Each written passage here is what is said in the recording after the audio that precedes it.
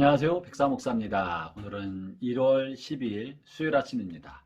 오늘도 변함없이 하나님의 말씀으로 하루 시작하는 여러분 모두에게 좋으신 하나님의 선하신 인도하심이 오늘 하루도 가득하길 바랍니다. 오늘 하나님의 말씀은 요한복음 4장 15절부터 26절까지의 말씀인데요. 그중에 특별히 22절과 23절을 중심으로 말씀의 은혜를 나누고자 합니다. 오늘 본문에서 수가성 여인과 예수님과의 대화가 본문의 전체를 이루고 있는데요. 수가성 여인은 예수님께서 자기의 숨은 과거의 잘못, 남편이 5이나 난 잘못을 예수님이 지적하자 예수님이 하나님의 선지자인 것을 알아봅니다. 당신은 하나님으로부터 온 선지자이시군요 라고 고백하고 나서 수가성 여인이 선지자 앞에 무언가 물어봅니다. 궁금했던 거, 알고 싶었던 거. 여러분은 만약 하나님 보낸 위대한 선지자가 여러분 앞에 있다면 모든 것을 알고 계신 그분에게 여러분 무엇을 물어보겠습니까? 수가성 여인은 놀랍게도 어디로 이사가면 집값이 오를지 이런 걸 물어보지 않았고요. 자기 앞날에 어떤 일이 생길지 앞날을 점치듯이 물어보지도 않았습니다. 또 어떻게 하면 돈을 벌 수 있는지 이런 것을 물어보지도 않았습니다. 수가성 여인은 오랫동안 하나님을 향해서 갈급했던 마음, 궁금했던 것 그것을 물어봤는데 그것은 바로 내가 어떻게 해야 하나님이 기뻐하실 만한 예배를 드리겠습니까? 내가 어떻게 하면 참으로 하나님께 영광 돌리는 예배를 드릴 수 있겠습니까? 라는 것을 물어봅니다. 놀라운 일이죠. 저는 수가성 여인의 이 질문을 보면서 이 여인이야말로 하나님 나라에 가까운 사람이라는 사실을 발견하게 되었습니다.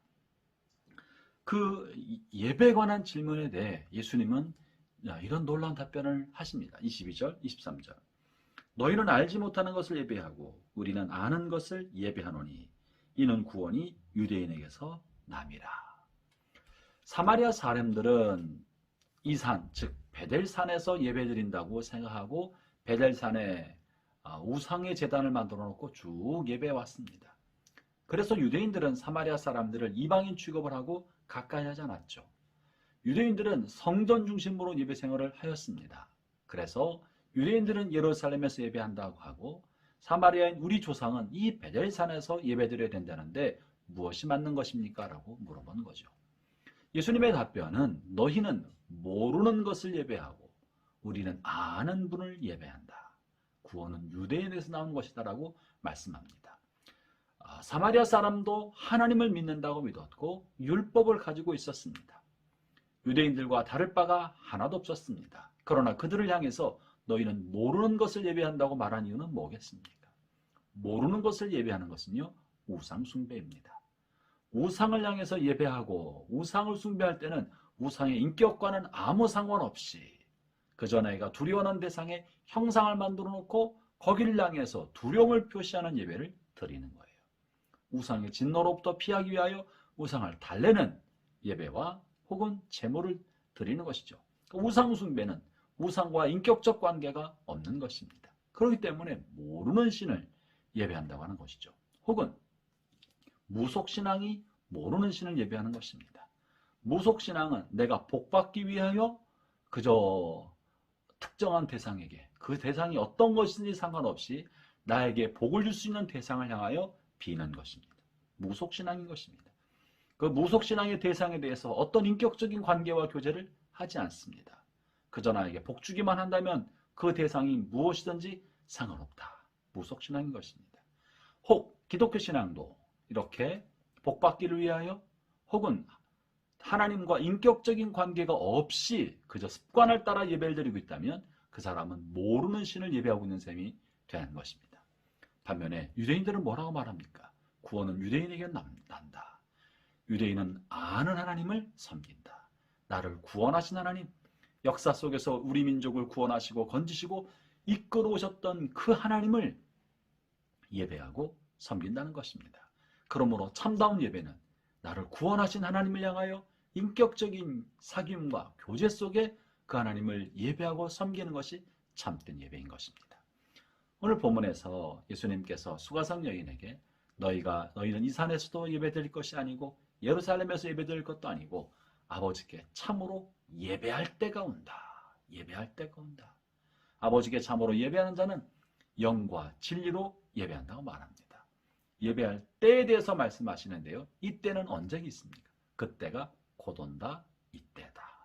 예수님 말씀하시는 예배 때는 바로 예수님께서 이 땅에 오셔서 십자가에서 우리의 모든 죄를 대신하여 죽으심으로 하나님의 백성인 우리가 예수님으로 말미암아 죄 용서 받고 구원 받은 후에 구원에 대한 감격으로 하나님과 인격적인 사귐의 예배를 드리는 것을 말하는 것입니다.